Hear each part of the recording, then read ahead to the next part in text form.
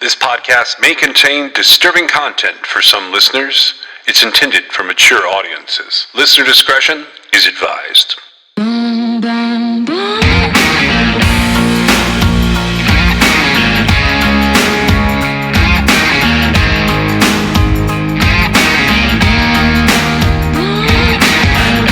This is True Crime XS.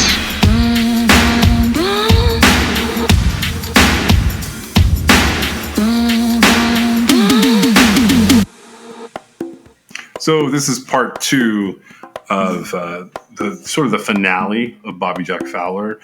This is some of the court documents that are available that I wanted to share with people and give some insight into what we were looking at there. I made it a second episode here so that it wasn't so long. A lot of times we record 3 or 4 hours at a time, and then I cut it down to an hour and a half or so. That wasn't really the case here, but I wanted to be able to put it all into the feed while people had the longer weekend in the form of 2 episodes. So this is from the respondent's brief in one of his appeals in the Oregon case. Essentially, this is the situation where when the cops got there, the woman was running away but still had a rope tied around her. That's where we're pulling from, because I felt like some of the stuff in sort of the statement of the case here was interesting and shed some light on Bobby Jack Fowler. So the summary of the argument that they're making, which was a part of the respondent's brief, it's on like page 5 if you find it online. The trial court properly denied the defendant's motion for judgment of acquittal on the kidnapping charge. The evidence viewed in the light most favorable to the state showed that the defendant secretly confined the victim in a place where she was not likely to be found, that some neighbors in this motel heard the defendant's threats of rape, saw the defendant with a mean look on his face, and saw him re-enter the motel room with a rope, alerted them to the possibility of crime. Without that information, it is highly likely that the defendant would have secretly confined this victim for an even longer period of time. Other people just outside the open window of the motel room did not hear the defendant beating this victim or hear her screams until just before she jumped out of the second-story window. That's the state responding to him saying, "No, I didn't do this." It goes on to lay out the statement of the facts, which are the victim, and we're not using her name. The full name is in the court document. Be aware of that. Please don't share that too much if you find it online. She was 35 years old at the time of the trial. She was living in the Willamette Valley Treatment Center for her methamphetamine problem. In June of 1995, she had broken up with her boyfriend and she was homeless. She had been staying with friends in and around the Toledo and Newport areas. She came into Newport on June the 28th because she wanted to talk to her former husband. She had used some methamphetamine the day before, but she did not use any that particular day. She also had not had any alcohol that day.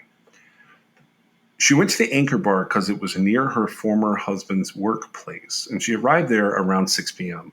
She used a payphone at the bar to telephone him, but he was busy and could not meet her. She had $2 and some change, and she walked up to the bar to turn in her change for a dollar bill. The bartender counted out the change and found there were only 85 cents there. The defendant walked up and offered her some money. She took 15 cents from the defendant and got another dollar bill from the bartender. She then went and put the $3 bills into a poker machine. The defendant, Bobby Jack Fowler, came up behind her and put in additional money. He started talking to her and telling her that he was working on a construction crew building a hotel. He offered to buy her a drink and she accepted.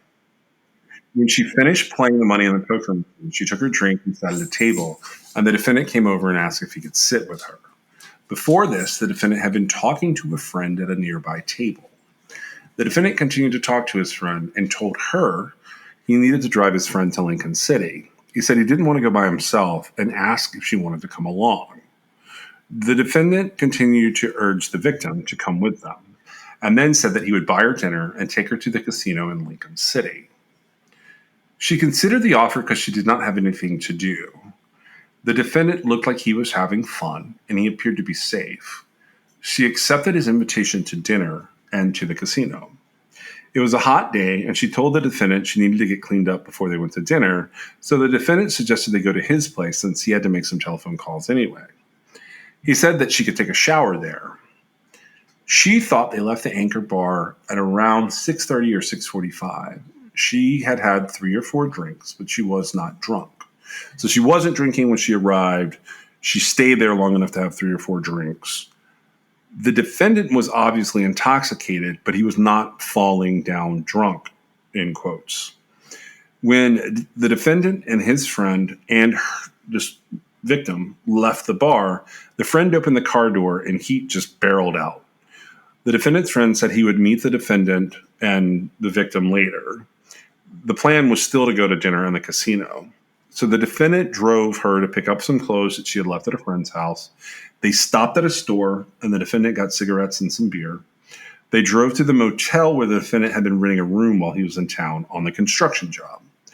The motel room was very hot, so she asked if she could open the window, and the defendant agreed.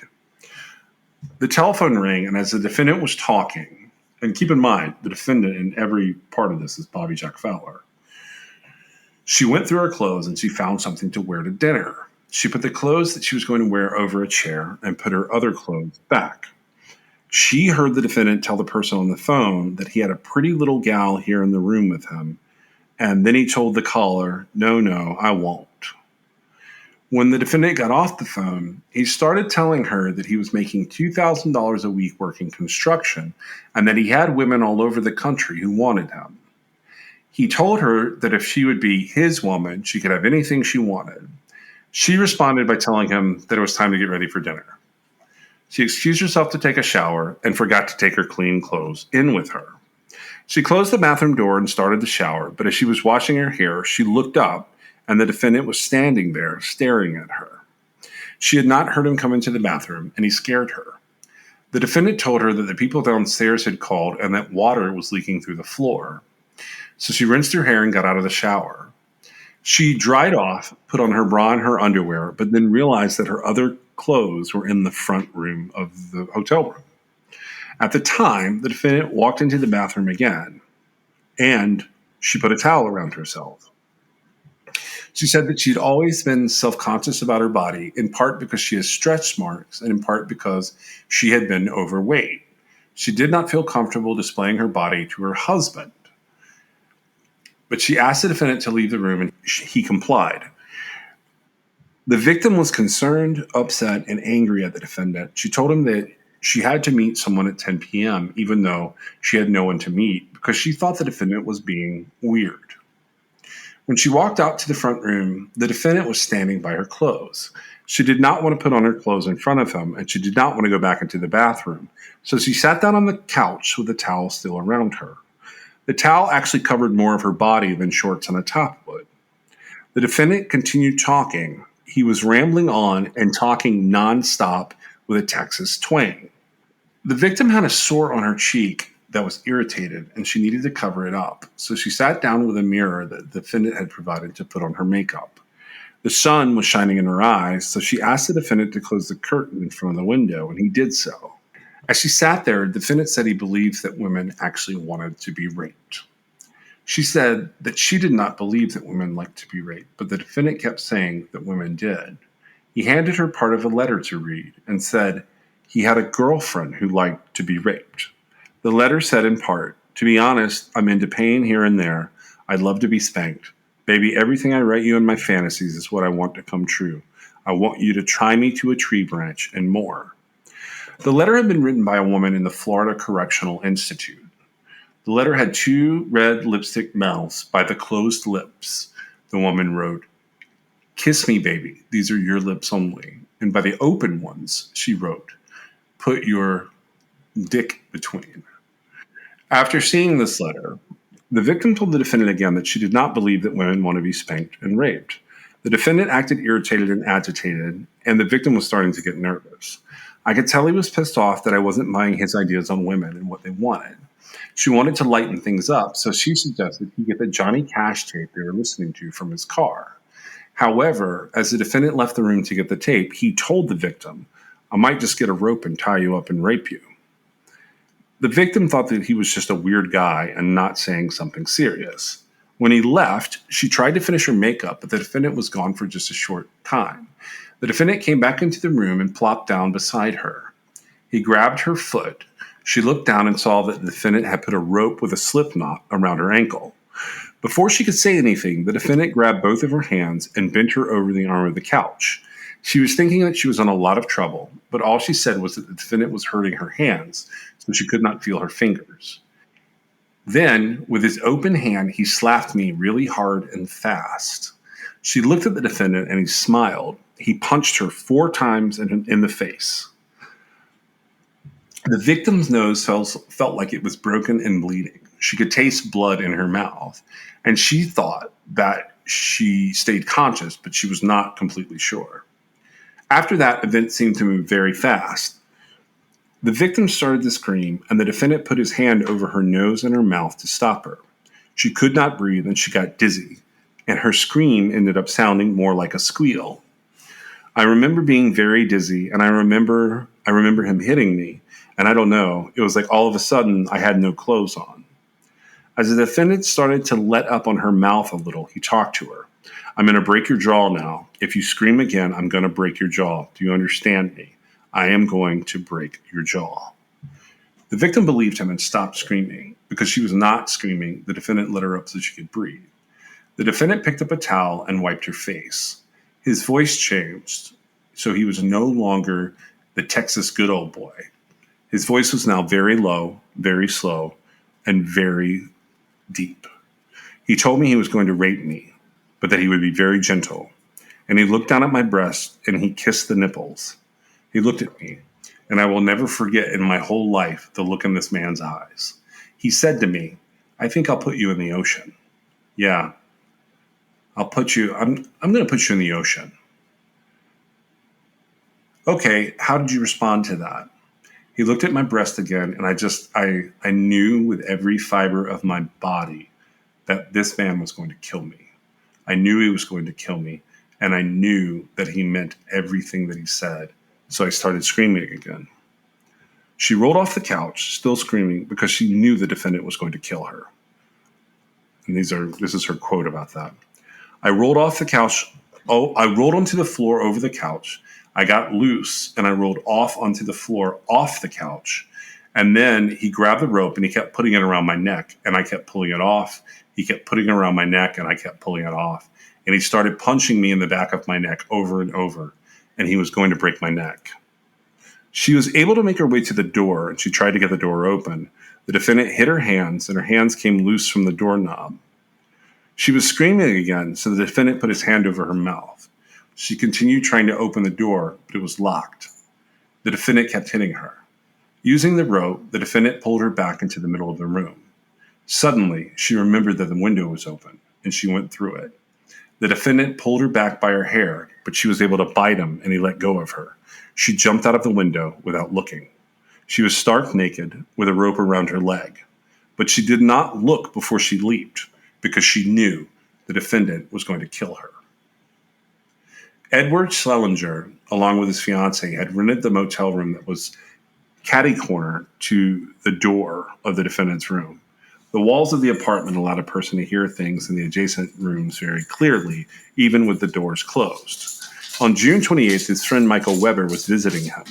Schellinger and Weber were coming back from the beach, and as they were climbing the stairs, Schellinger heard a man's voice coming through the open door of a defendant's apartment saying that he was planning on using another person for a piece of ass. Martin heard a threat to rape someone and a mention of a rope. They went ahead and entered their apartment and then left a short time later to go to the store. On the way, they saw the defendant in the parking lot getting out of his car carrying a coarse black rope like the one that police had taken from around the victim's leg. The defendant had always appeared cordial, but this time he had a weird look, just real mean. The defendant did not say hello to Schellinger, which was unusual. Frida Long, the manager of the motel, and her friend Deanna Noble also saw the defendant get the rope out of his car and take it up to his room. Dottie Barnes, a resident of the motel, was sitting with her door open because of the heat. She had seen the defendant arrive with a woman and then return to get a rope from his car. She thought it was about an hour and a half between the two events. When Martin and Schellinger returned from the store about 5 minutes later, the door to room 10, the defendant's apartment, was closed. Schellinger heard a man say, "I'm going to rape you." The man sounded serious. A woman's voice answered, "I need my leg back." She sounded worried, scared, and angry. Weber did not say anything immediately from the room, but after he sat down to watch television, he heard screaming. Both men heard a high-pitched scream. Selinger said that the scream sent chills up his spine, and it sounded like someone was dying. Weber could not tell what the woman was saying, but she sounded terrified and hysterical. Selinger heard the woman plead for help. He woke up his fiancée and asked her to call the police and tell them they had to get there right away. He opened the door of his apartment and saw the door of the defendant's apartment was closed. And then all of a sudden, someone jerked on it from the other side, and the door started going back and forth. The knob was turning as if someone was trying to get it open, but could not. He heard another scream that became muffled all of a sudden, as though someone had put a hand over the woman's mouth. Immediately after the scream, there was a heavy thump, like somebody had been thrown back on the floor, and then a bunch of crashes, like someone being pushed around or thrown around. Weber said it sounded like people were fighting, and things were thrown against the wall. The screaming continued, but they were muffled. Selinger and his friend thought about rushing in, but they did not know if the man had a gun. Selinger described what happened next. It got real quiet, and I heard the door of room 10 open, and I peeked out my door, and there was the man. And the man was throwing clothes into a box. In addition to throwing the clothes into the box, the defendant put in a pair of shoes. The defendant was near the couch and not near the window when he was doing this. Selinger did not see the girl. The defendant went downstairs. The victim remembered that when she went out the window, she landed on a roof and she was terrified. She turned around to see if the defendant was going to come after her. She saw him look out the window and she was terrified.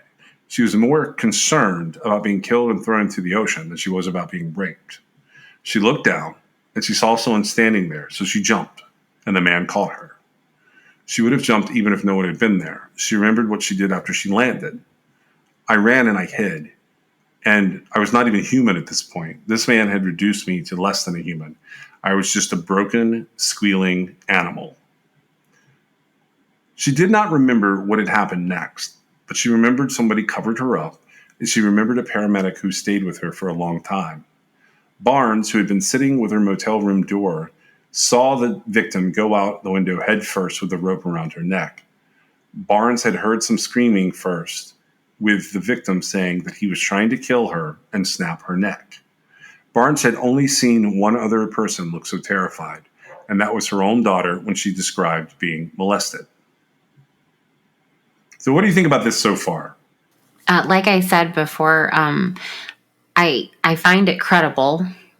There's different witnesses that heard different parts of her story, kind of as corroboration to her account of the events. And I think there's a lot to be said for her account of it. Yeah, it's terrifying. I mean, and it shows, okay, so this is 1996, I think, right? 95 or 96 that this happens. You can go online and you can find this. I think some people have marked it the case against Bobby Jack Fowler. I saw that several people had it in Document Cloud. Most of them were Canadian. I'm not sure how far this went. There's much more to it than what I just described. But this is like a really terrible situation going on.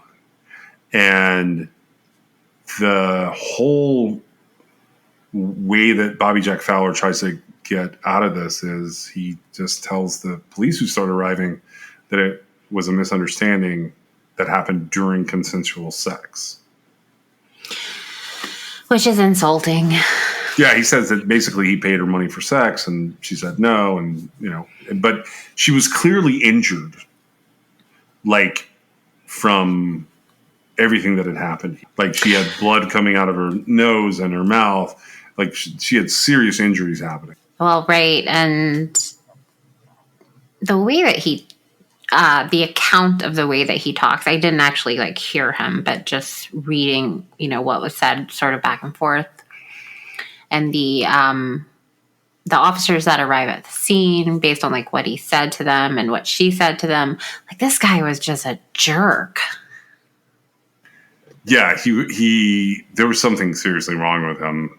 He's misogynistic. He's a jerk. He's pumping himself up. He's some kind of loser. The whole story here is pretty fascinating to read. And generally speaking, it ended whatever Bobby Jack Fowler had been doing, he never gets out to hurt someone again after this. So there's that. This woman, although it was terrible for her, if he, because the idea is he killed Colleen McMillan. So that gives us this weird, sprawling timeline, because that's happening in the 70s in Canada, and then this is happening. But her case, if you recall, her case was the oldest DNA hit at that point in time that identified a perpetrator. Yes, she's 16 in 1974 when that happens. This is 20 years later. It's kind of terrifying. I mean, I can see where, it would be really easy to attribute things to guys like that, right? Yeah, I mean, I still don't know, what he did in all of this. I 100% believe this. Oh, yeah, because, I mean, no matter how you cut that, or how you dissect it and analyze it or whatever, it's preposterous to think that, this woman would have made up any element of this, much less, successfully had it corroborated by independent, people that just happened to be there. And so, to the extent he possibly misunderstood the situation, it doesn't really matter, because even if he believed what he was telling them, it was a consensual sex session gone awry, or whatever else he alleged there, that he had paid her for sex. And then I'm not sure what all we've talked about or how far we're going to go, but I think something came up, she changed the price on him. Yeah. But the prosecution established that he only had $3 total. And so before you go ahead and try and say that you were going to pay her a certain amount for sex, you should have that money in your possession. Because if you don't have it in your possession, your story starts falling apart.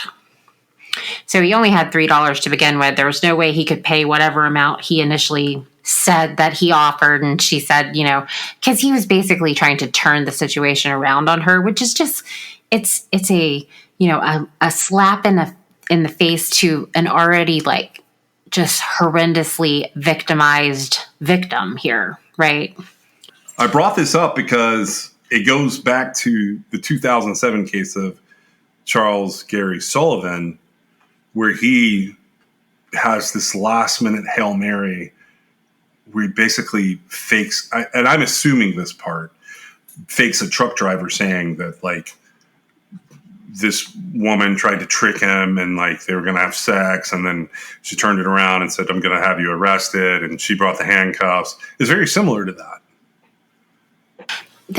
The issue is, okay, so in that case, it would be something like what, extortion, I guess? I don't really know whatever it was, the idea is they're taking someone that's been put in a vulnerable position. In this case, we've got Bobby Jack Fowler making this woman out, he brings up her drug use, he's turning on the idea that she's a prostitute. In the other case, it was that that woman who Sullivan had detained, abducted, and was planning on assaulting, was turning the tables on him from a consensual encounter to, blaming him for a fake sexual assault. They're both nonsense, but they're both the levels that people will sort of stoop to get out of these things. And Sullivan's wife even runs along with his stories.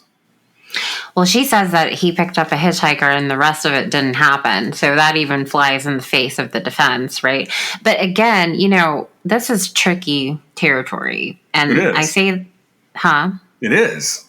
Oh, yeah. I say that because, on the one hand, and this, it just so happens that women fall victim a lot of times. However, it applies to both parties equally, even if you've, made some sort of illegal exchange of sex for money, or if you're having consensual sex or whatever. Consent can be withdrawn from either side at any time.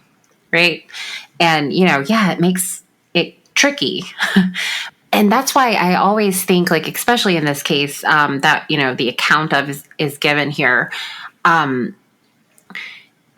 She had never given consent to begin with, right? There's no question about that. But even what his defenses are to it, it would just be a situation where he was not acknowledging her withdrawal of consent, right?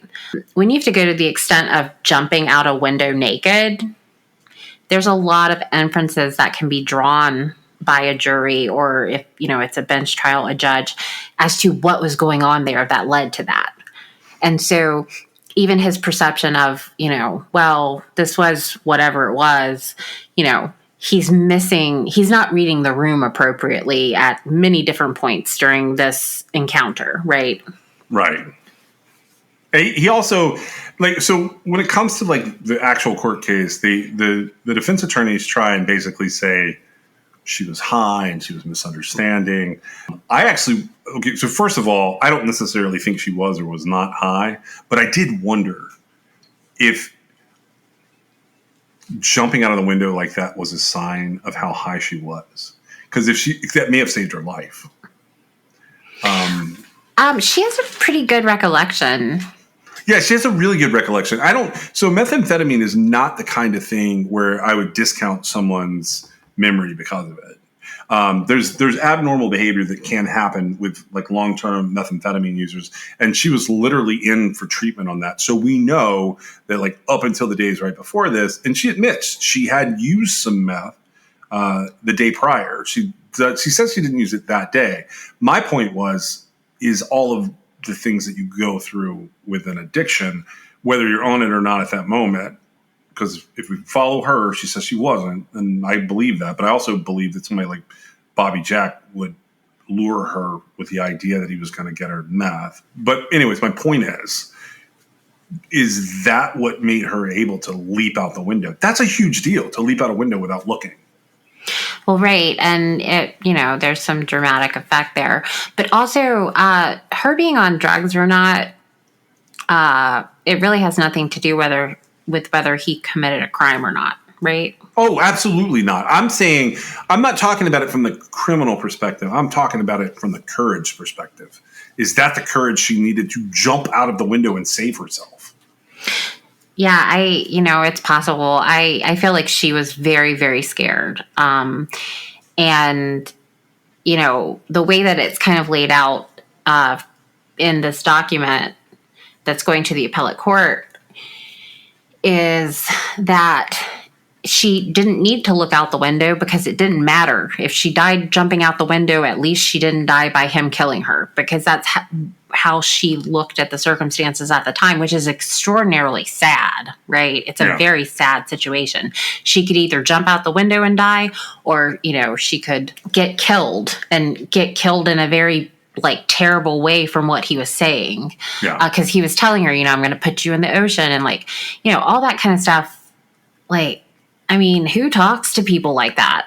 And, why would she tolerate it to begin with? But this was the mid 90s. So, this is a situation where, we're starting, it's not the 80s where nothing was taken seriously. Right. Right. It's in, even in the case where a lot of stuff wasn't taken seriously, this would have been taken very seriously. There's a whole lot of things you could do here to, put the victim down. But at the end of the day, in my opinion, nothing changes his actions, right? And he admits to the actions. He's just giving excuses for why he took them, right? Yeah. And to me, that's ridiculous. I won't say, though, that I'm not entirely sure that... I think it's possible he could have believed what he was saying. As far as she wanted it and, I didn't do anything wrong. He might have believed that. That doesn't change the fact that he was absolutely committing a crime, right? Yeah. Just because, he has that mindset, it doesn't make it okay. It's the weirdest story to me. Everything about him going under the radar, and, this woman's account where I was getting at in reading what I read, and I sort of limited it, but I wanted people to understand that this guy's MO was not just snatching people off the side of the road. He was picking out a vulnerable victim and playing them. Now, there was stuff excluded from the trial where this woman was alleged to have like hustled people for drinks. And I'm sorry, hustling people for drinks, last time I checked, the punishment for that is not murder.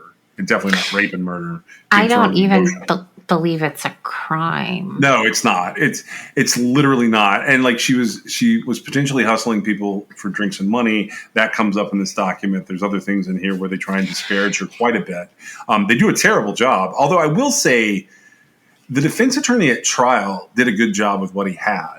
And I think if anything else had been known about Bobby Jack Fowler, it just would have been worse. Because you're talking about an incident in June 28th, 1995, 21 years after we now believe he killed Colleen McMillan because, his DNA shows up on her blouse. So this incident, and I can't really quote myself, but I believe I said something to the effect of, so do we really believe that in 1974 he left his DNA on a murder victim and then he ends up in the mid-90s, whenever this was, getting caught attempting to sexually assault and probably kill this woman, right? Yeah. And, that's what we've got on it. Now, there is information that's sort of sporadically everywhere, but nowhere all at the same time that he killed one or two people in Texas and he got a discharging of firearm and city limits charge, which makes absolutely no sense. I cannot factually back it up, but I'm not saying it didn't happen. I'm just saying it's so bizarre and there's no information. It would be very strange for a murder or possibly a double murder to be reduced down to a discharging a firearm. It's weird, but I'm not saying it didn't happen. It is said out there, but I haven't found court records on it. I can't speak to that. However, putting that aside for a moment, that would have been before Colleen McMillan's murder, right? Yeah.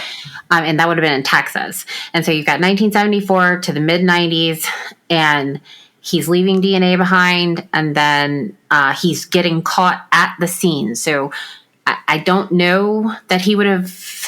Let's see. Did you read? Was he trying to leave? Trying to leave when? The scene of the crime. I can't remember. Was this the story where the police officer pulled up behind him so he couldn't leave? Yes. Okay, so he was trying to leave. Okay, yes. But so he gets arrested and he's in jail for the rest of his life. To my knowledge, he never got out again. Okay, this is not a great this isn't a slick criminal, right? That's what I had said in the previous episode, that he left his DNA behind and then he's caught. And this is a 20 plus year span of time. Okay, but so, what we've got on this guy, it makes me wonder, what's in between, and just sort of, if I'm not, and this isn't to disparage anyone, but it makes me wonder, this type of guy who would get caught in a situation like he was caught in and he went to jail, and he probably would have been released if he had lived at some point, right?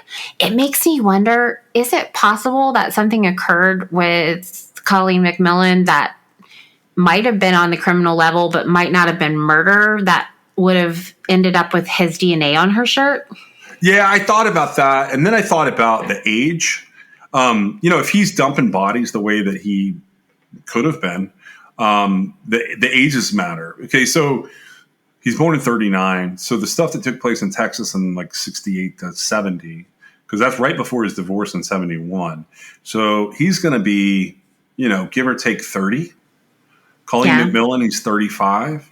By the time this rolls along and happens, he's 55, I think. 55 or 56, maybe.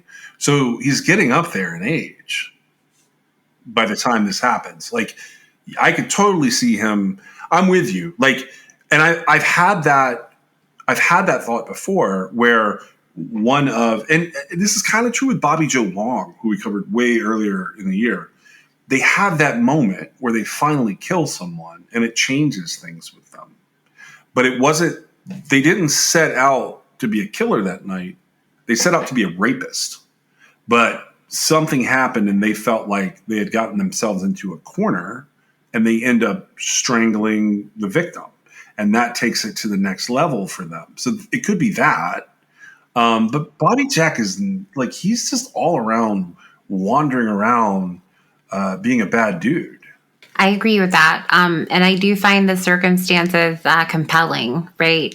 He was never convicted of Colleen McMillan's murder. Correct. The case has been closed based on the DNA that was found on her shirt. Now, Correct.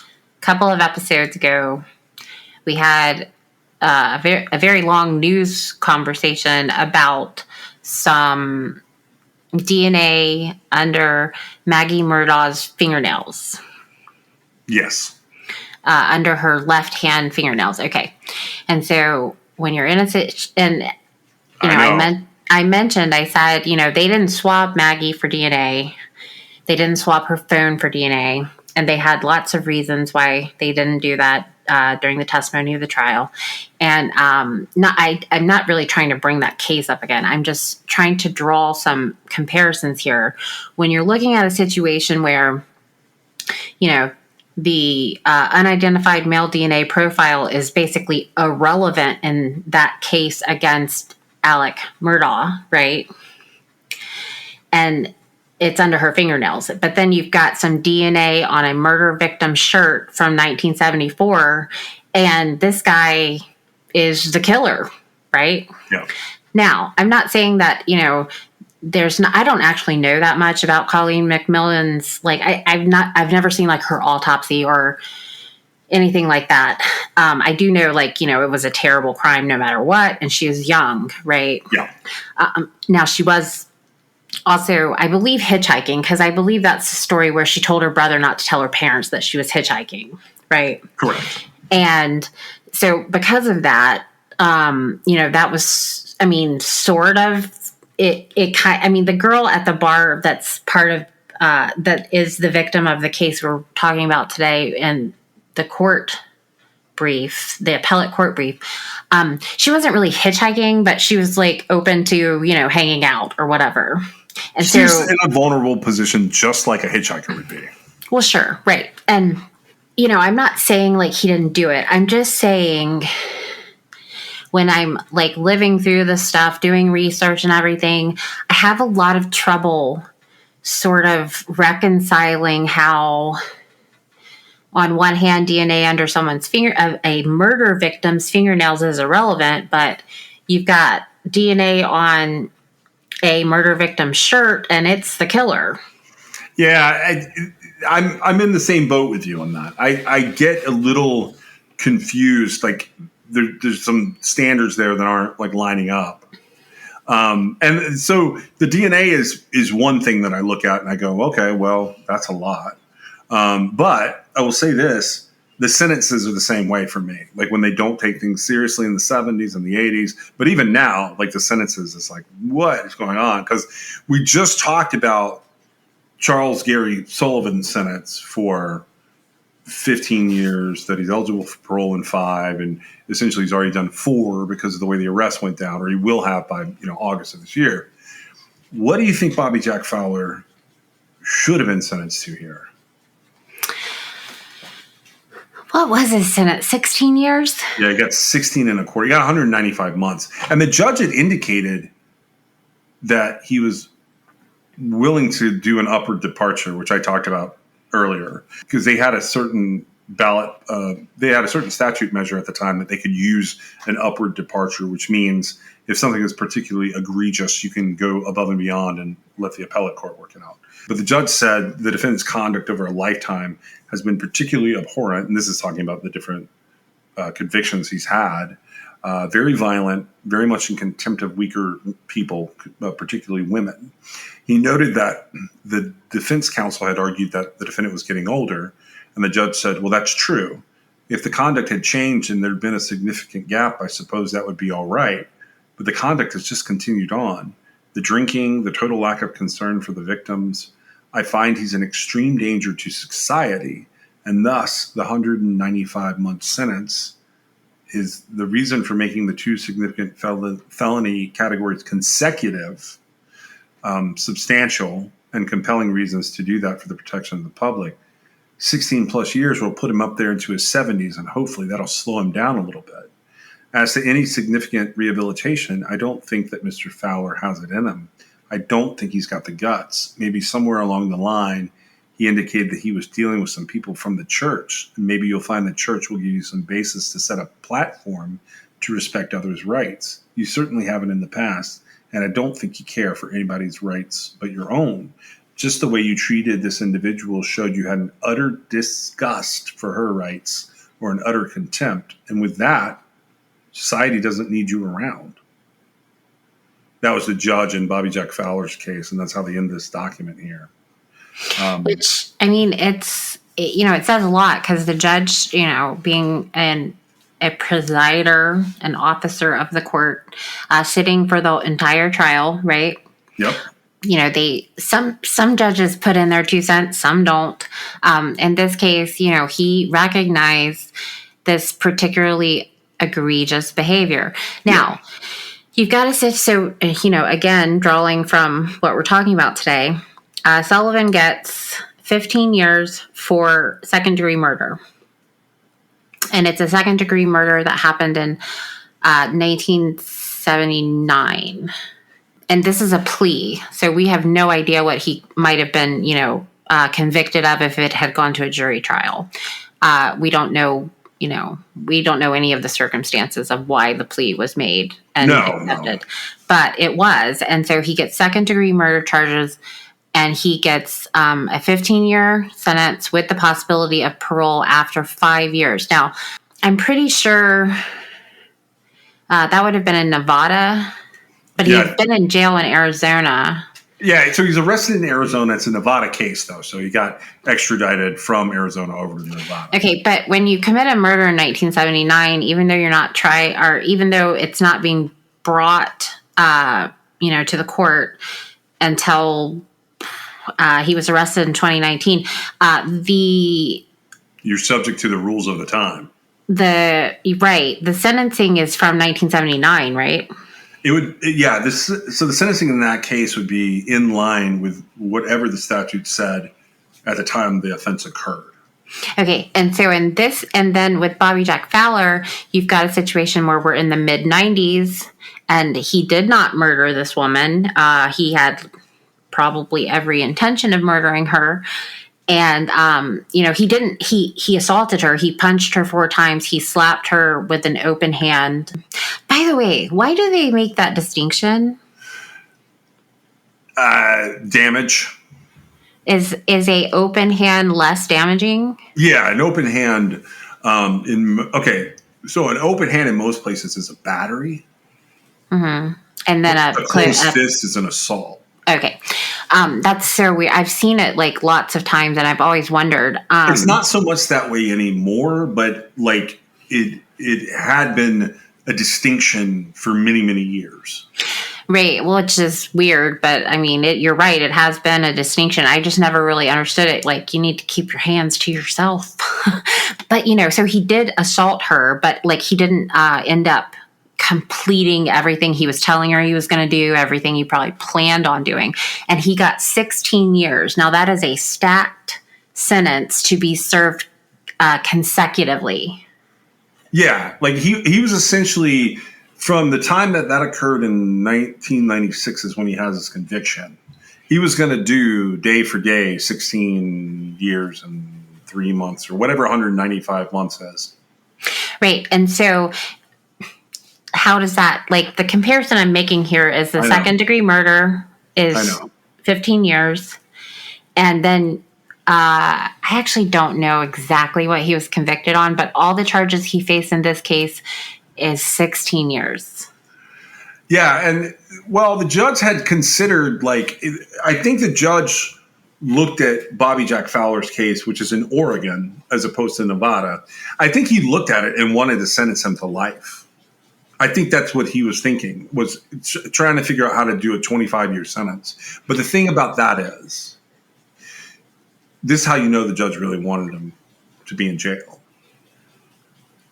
He basically looked at a calendar, and he said, I can give him, I think it's 6 years and then 10 and a half years roughly for these felonies. And if I do that and I just boxcar them, the appellate court won't really touch it. But if I give him 25 years on these collective charges, which is what's known as an upward departure. So that means sentencing guidelines with Bobby Jack Fowler's record would give the judge, based on like a scale of 1 to 5, kind of a range of what he could sentence Bobby Jack to. He was just within that range, like by about a month. Right, because the upward departure gives a better grounds for an appeal that could possibly be overturned, right? Correct. And so what can happen in that case on a charge like what Bobby Jack Fowler faced is Bobby Jack Fowler actually could have gotten out of jail. The way that would like end up working out would be if he gets remanded and pushed back, because it's not a murder charge. It's not. It's just an attempted kidnapping and attempted rape charge. The judge is kind of playing with fire if he goes over 196 months, looks like what it would have been at the time. So he's literally a month under the max, keeping it kind of cushioned, which shows that the judge really wants Bobby Jack Fowler to stay in jail day for day because the appellate court won't touch that. They would have to find some kind of egregious error to overturn his ruling at that point. But instead of doing an upward departure and sentencing to 25 years or something, he like lets it sort of go. So there's not going to be any remand. There's not going to be sending it back for a new trial. There's not going to be anything going on other than Bobby Jack does a sentence. Unless because most defense attorneys are going to look at that and think that's kind of airtight. Well, it is. And, of course, I don't know that the judge knew it at the time, but he was essentially sentencing him to life because he did die in prison. But it wasn't a life sentence. He lived out the rest of his natural life in jail. Now, we were reading from an appellate document, and specifically from the state side of it. The state side, it was a state brief, and, just for, credibility reasons, any sort of brief that's been submitted to the courts, they have to rely on a record on appeal that both sides have the opportunity to add or contest, and it has to be agreed upon. And so I've always taken that to mean that a brief from either side is going to have the statement of the facts, not necessarily the arguments, but the facts of the case would be that they would be like an agreed upon set, right? You can't detour very far from the record on appeal because it is what everything it is. Sort of gets stipulated, which means both sides come to an agreement that this is what we're going to say, and our argument's going to be made of other issues. There were different things in here where the defense was referring to objections they had made during trial, assignments of error, saying that the trial court should have basically given a ruling a different way so that they can get their way. But this is the one part of his appeal that sort of gave me the story in a way that I felt like was pretty chilling, and I felt like it would give you an idea of what had happened to other victims of Bobby Jack Fowler. So I'm telling it from the perspective, I cherry-picked the stipulated statements of fact to keep it as consistent as possible without getting into sort of the nuanced legal arguments that they bring. The state is responding to those arguments in this long-ass document. It's like probably 50, 60 pages long. And they're responding to those. Ultimately, this all ends in the state's favor. And the appellate court affirms the judgment of the trial court. Right. And so it's upheld, and he goes to jail for the rest of his life. And, that is approximately... we've got a lot of dates floating around. It's 6 years before the DNA match is made. What do you mean? 6? Oh, after he's dead? Mm-hmm. Yeah, so he dies in 2006. And then DNA matches, they don't specify when they made them, but it looks like they're made sometime in like 2010 into 2011. Okay. That's when the profile is developed and some kind of match is made. And they spend a good deal of time sort of confirming the match. And then in the end of 2012, in September 2012, they make all the announcements about him. And that's when they say, oh, by the way, he's also done all these other things, we think. Right. And then it just kind of falls off the face of the earth. Yeah, and then I read the 2013 article to kind of sum this up. Unfortunately, we're still not done with this. We kind of are. This is kind of the end of it. I kept one of our interviews that we had with someone else. I'm going to put that on the next episode. I think it's an appropriate time to air that. I will say, Bobby Jack Fowler only comes up briefly there. Because the person that we spoke to has some other interesting stories, and I wanted to share them. This is good timing, and I'll put a link to how you can read more of his work. But generally speaking, he thinks that there's a reason that some of the Bobby Jack Fowler stuff has sort of been sat on. He briefly addresses it in the interview, so we'll talk about that there. Do you have anything else about John Arthur Ackroyd or Bobby Jack Fowler? No, I don't. I could talk about him for days. I could keep going. I could bring up all the other court documents. I specifically went with this one because I think it gives people an idea of how terrifying something like this would be. Well, sure. And yeah, you're right. The whole intrigue I have with all of this is actually starting even with Bobby Joe Long is, this situation where you've got these guys that do things, heinous crimes. They commit crimes, they're convicted, they're in jail, and then they die, and then all of a sudden, they're serial killers, right? Right. And I don't like that. And I wouldn't go against a victim's family for feeling like they've gotten a sense of justice from whatever it is it would be that they say they've gotten this sense of justice from. Okay, so that's not my point here. My problem is my brain really has trouble processing some of the thoughts behind closing of these investigations, the way that they've kind of happened. And, I always think to myself, well, there could be so much more information I'm not privy to, right? Because I'm not an investigator on the case. I'm just looking at it from a purely research oriented point of view, right? I'm not involved in the actual investigation, but I'm sort of torn on that at the moment. But yeah, as far as all of these guys that we've talked about goes, I think that the late 70s all the way until the 90s was a crazy time. It really is, yeah. I finally have an answer to something that you asked me. Okay. And it relates to what you just said. You asked me why I thought, because I have this ongoing battle that I sometimes express here about records. And why I think after a certain period of time, most records should be open.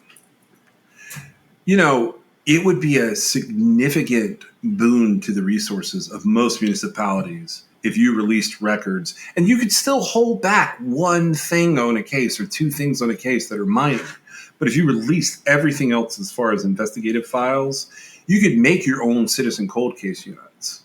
I noticed that North Carolina recently, they passed the civilian traffic investigator thing. Do you know what I'm talking about? Civilian traffic? No, I don't think I do, actually. Okay. So in North Carolina, they're going, and other places have implemented this as well, they're going to allow regular people to be employed as traffic investigators. They have no powers of arrest. They can't carry a firearm in uniform. But essentially, any kind of minor traffic infraction or bump up where it's really just filling out a report, the paperwork that an insurance company would need to determine, they are now going to allow any kind of minor traffic infraction to be determined.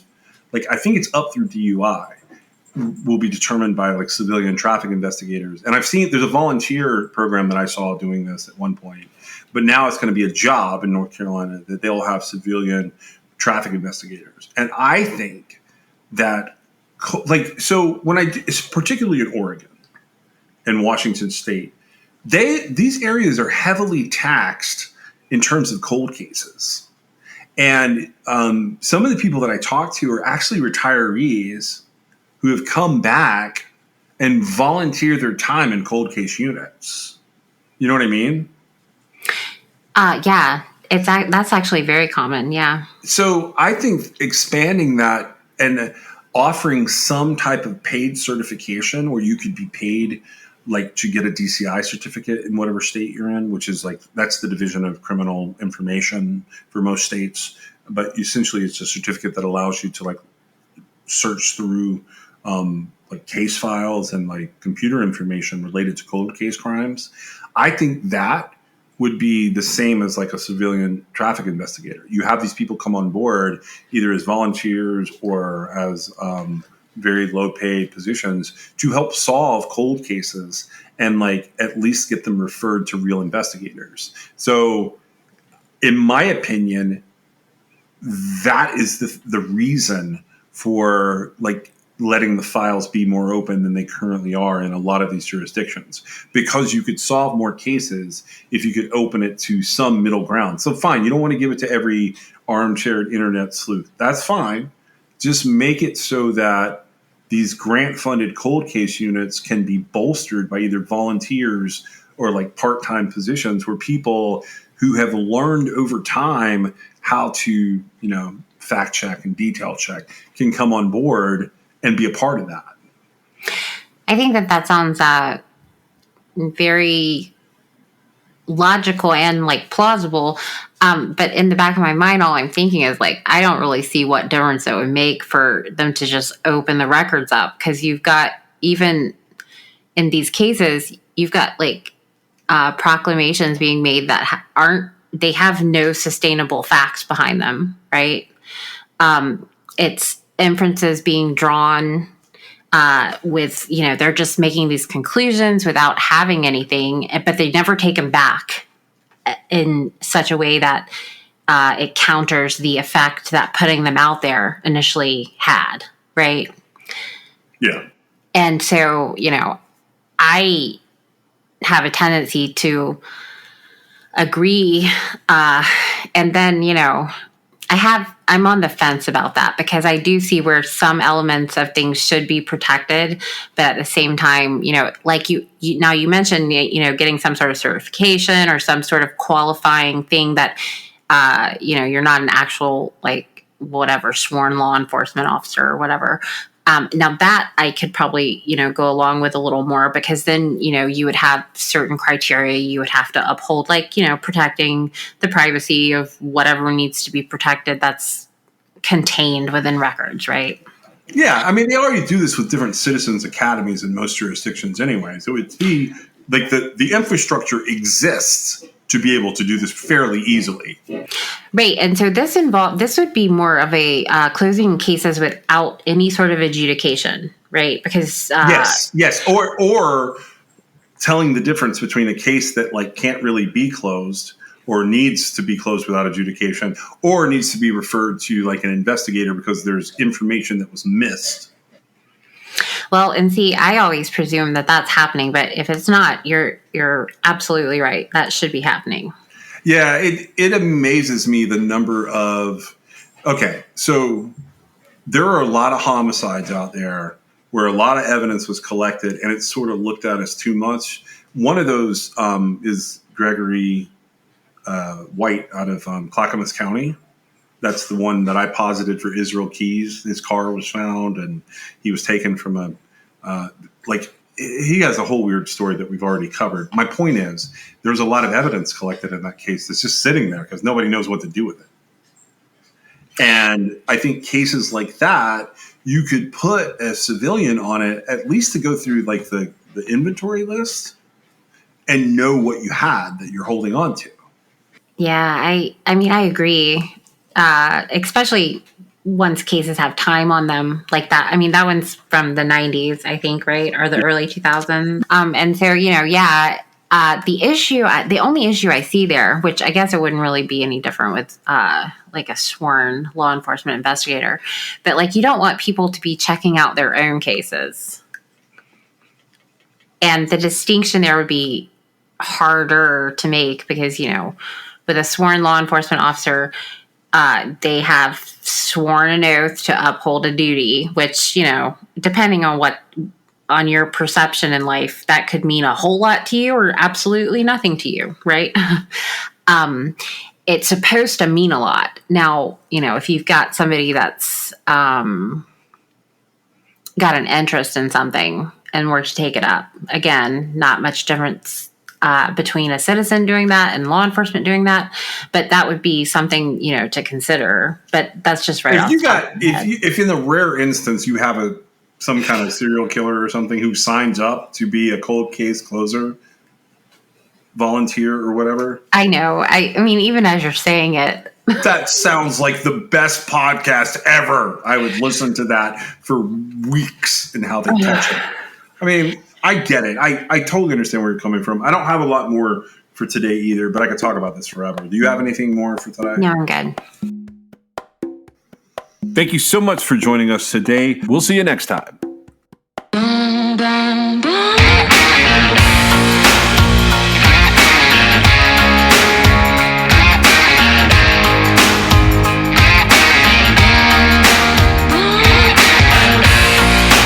This is True Crime XS.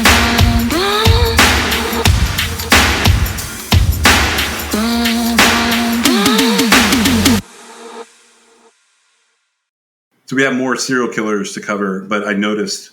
So there's like some kind of debate online. I'm not involved in this, but someone sent me some screenshots. And whenever somebody does that, I like to talk to those people a little bit. This one, I haven't got into it yet, but apparently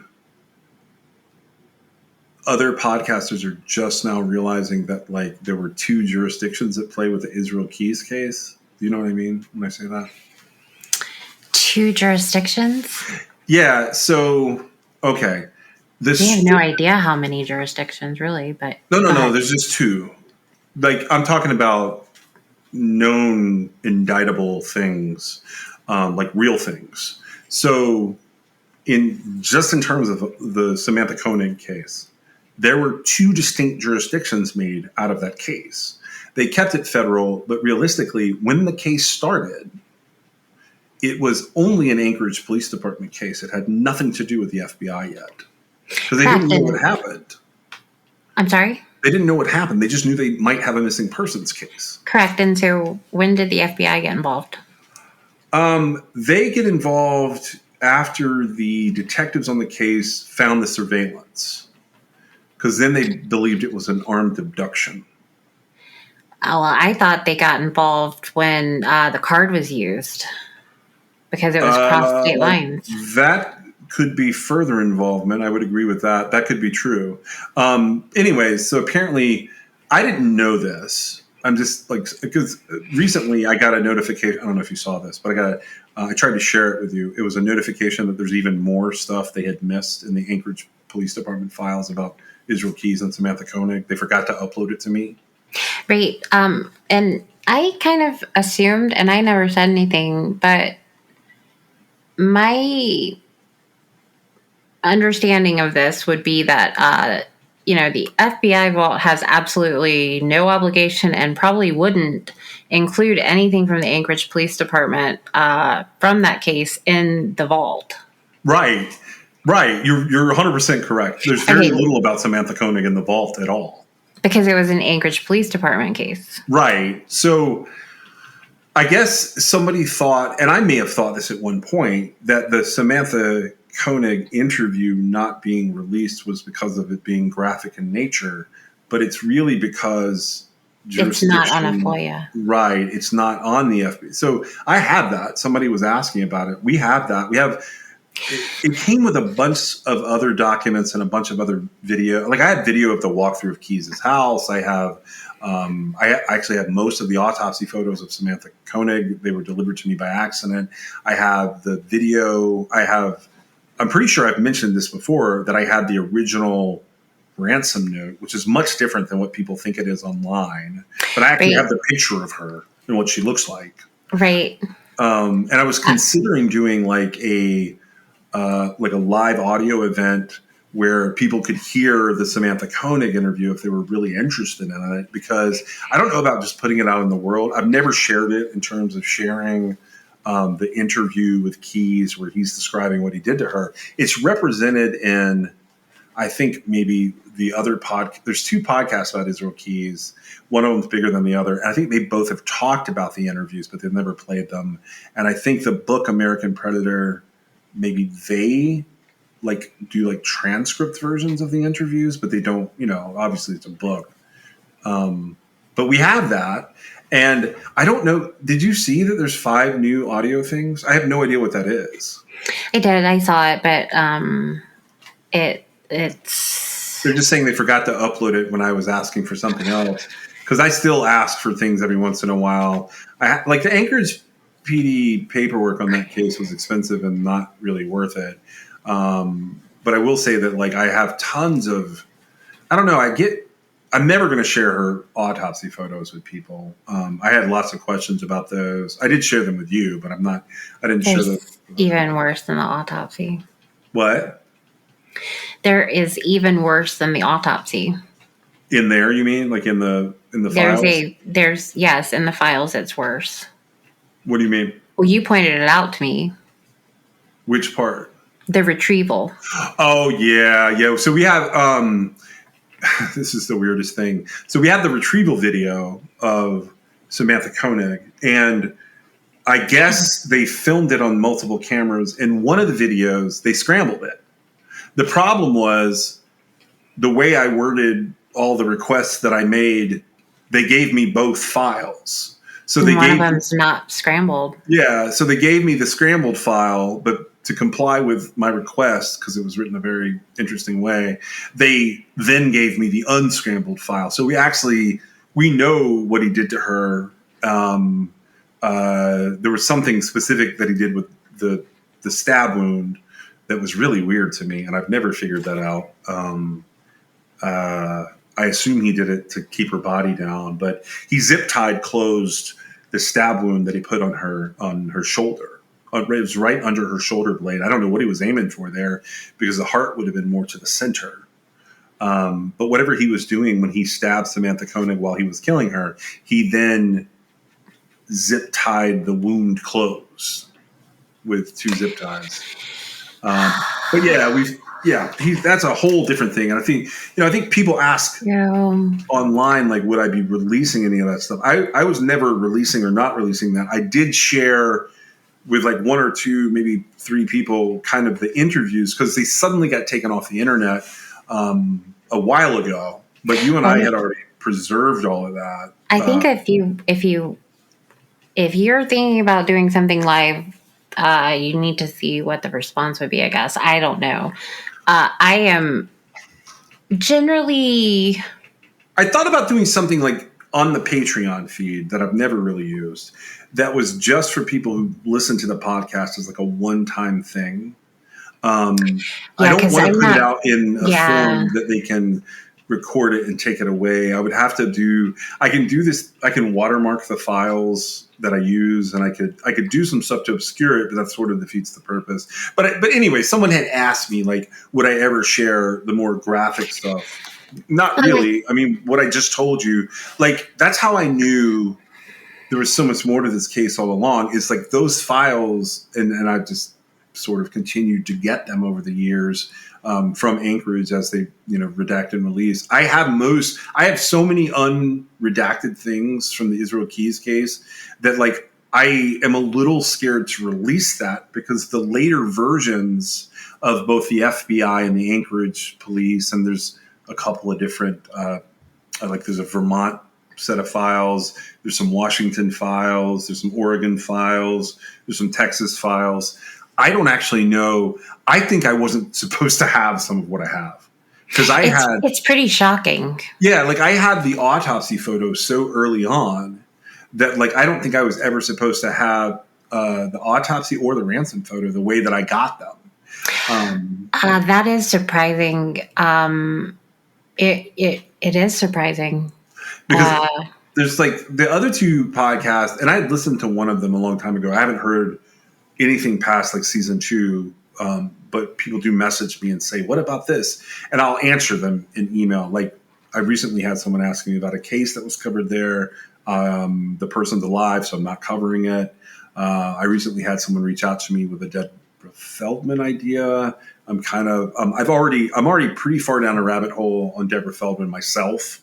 As far as I've requested some, I've made some information available to law enforcement and to other parties that probably needs to be addressed before I say anything else about her. I don't know. That's it. I don't think I'm gonna do. Do you think we should release something interesting related to the Israel Keys, like graphic stuff, or like I don't want to do that and like bring it all back for her family. Even in terms of audio, there's hours and hours of audio that I have that there are people that have nothing to do with the case. Well, this is kind of being sprung on me. It seems like we could have had this in a text conversation. Oh, yeah. Not being recorded. But it is interesting. It is shocking.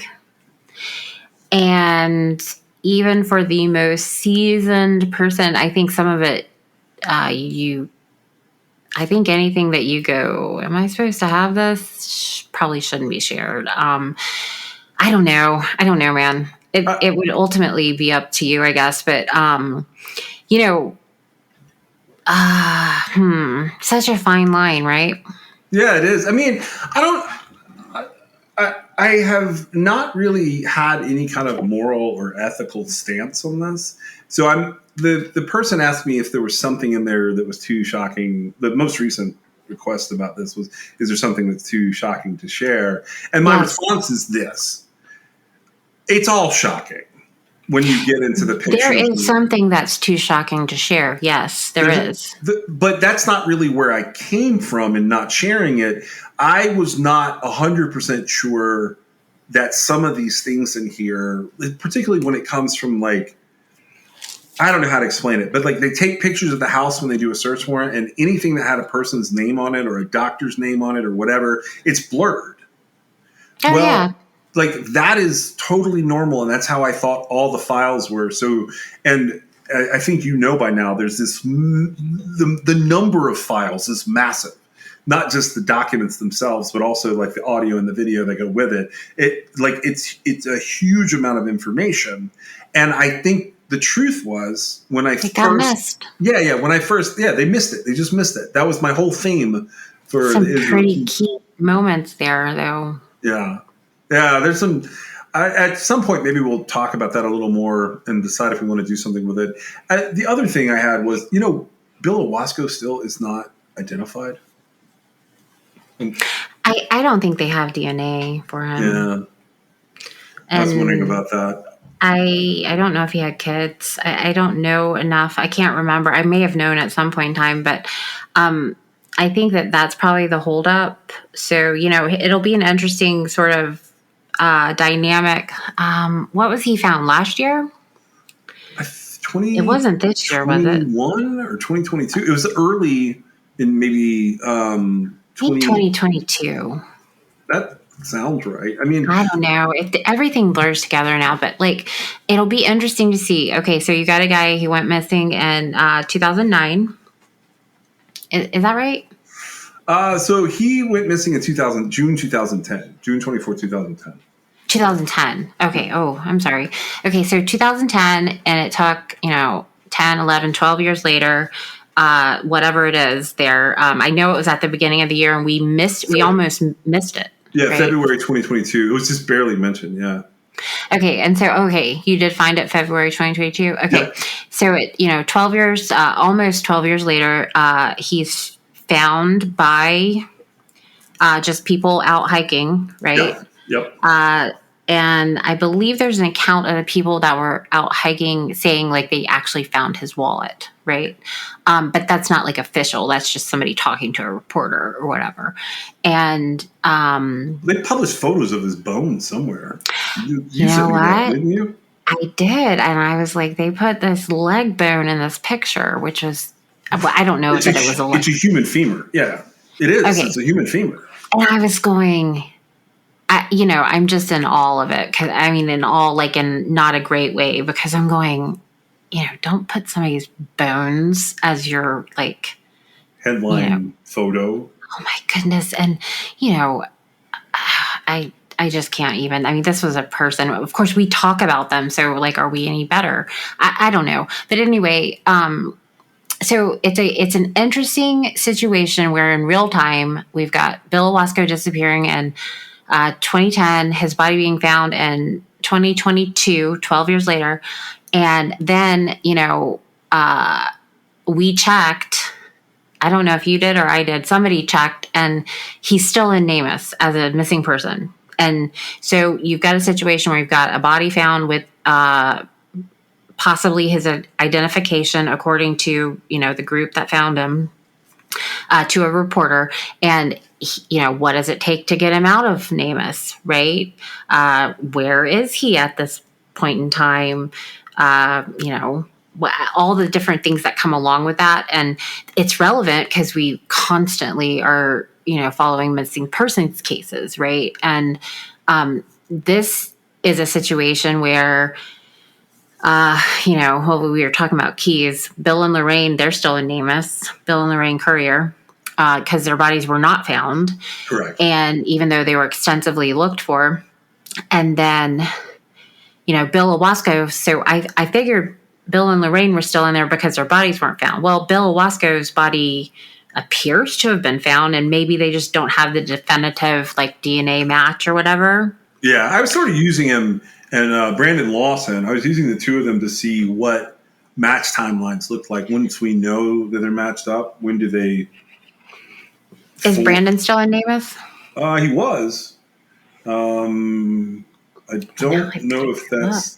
I don't know if that's the case today. I'm gonna look real quick. Yeah.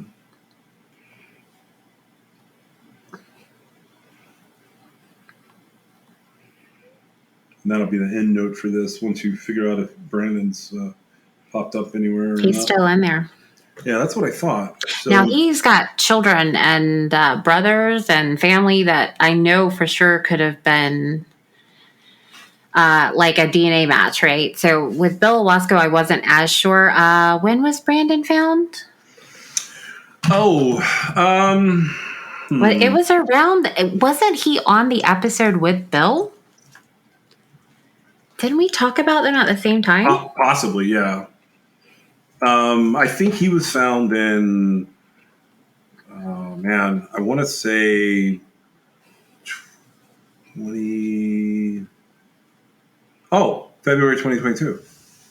Right. So it is the same episode. Oh wait, maybe not though, because we didn't. It would have been the same time period though. Maybe not the same episode. Okay. Well, and so yeah, Brandon Lawson, for my own reasons, I really got into that case, and it was just a tragic situation where he just, I assume he died from exposure or whatever, right? Yeah. Because he was a completely healthy 26-year-old. I even want to say kid, but he's not really a kid at that point. He's a grown man, but he just died. He went out there and died. And there was elements of the case I didn't know initially, but yeah, so I'd like to try and keep up with that, maybe update when they are finally taken out. Yeah, that's what I was sort of running with here. Is I was looking for something to put in after in the show. So somewhere in here, I'll have the right thing. Right. Well, Brandon Lawson came up, and obviously he can't possibly be an Israel Keys victim because he went missing in August of 2013. Right. Yeah. So he's after Keys is dead. Right. And so because of that, but he was still in our research, he, except for the timing, some of the criteria fit sort of what we were looking for. And that's why I initially, saw him and everything. And I was pretty into that case. I really wanted to know what happened to him. And at the end of the day, nothing happened to him. He ran out of gas, and he was, a little out of his mind. Yeah. And out of his mind because of, substances, and he just died. And so I learned a lot from that case. May he rest in peace. May Bill Owasco rest in peace. I have a lot of sympathy for the victims and, especially their families. Yeah. And I'm still debating if we're going to go back and cover some more Keys stuff. But I have a couple of cases we could cover, but I don't know if that would be worth it. Maybe a Well, summer episode or something. I wasn't aware that. So you asked me about the jurisdictional thing, and so that would be like there's two jurisdictions on the Samantha Koenig case. I just meant from the perspective of the FBI, the federal I understand. government. Yeah. But when you said it, like, because, if you're talking about keys, you're talking about Washington, you're talking about New York, you're talking about Vermont, right? There's a bunch of jurisdictions. But on Samantha Koenig's case, yes, there is a broad distinction. And the FBI didn't have access to Anchorage Police's initial investigation, right? I mean, well, they had access to it, but they didn't have record keeping. Oh, that's what I mean. Yeah. What I mean is like they wouldn't have published it in the vault because it's just, I mean, so I believe he was charged in that case and he had, representation, and it was a completely different beast than when he's just talking with the attorney general, right? Yeah. Like Bell is in on the case early and he becomes a task force officer with the FBI. I guess because of that case, he could have been one beforehand and he just fell in that role with Mickey Dahl. But the Mickey Dahl interviews, for me, the original ones ended pretty quickly, but there were additional recordings, which is, this first two actual Israel Keys. It's Bell, who was an Anchorage police officer at the time. That's who we have the recordings of. There's also, and somebody asked me about this, did it exist? Yes, they were asking me about Israel Key's girlfriend, Kimberly, at the time. Was there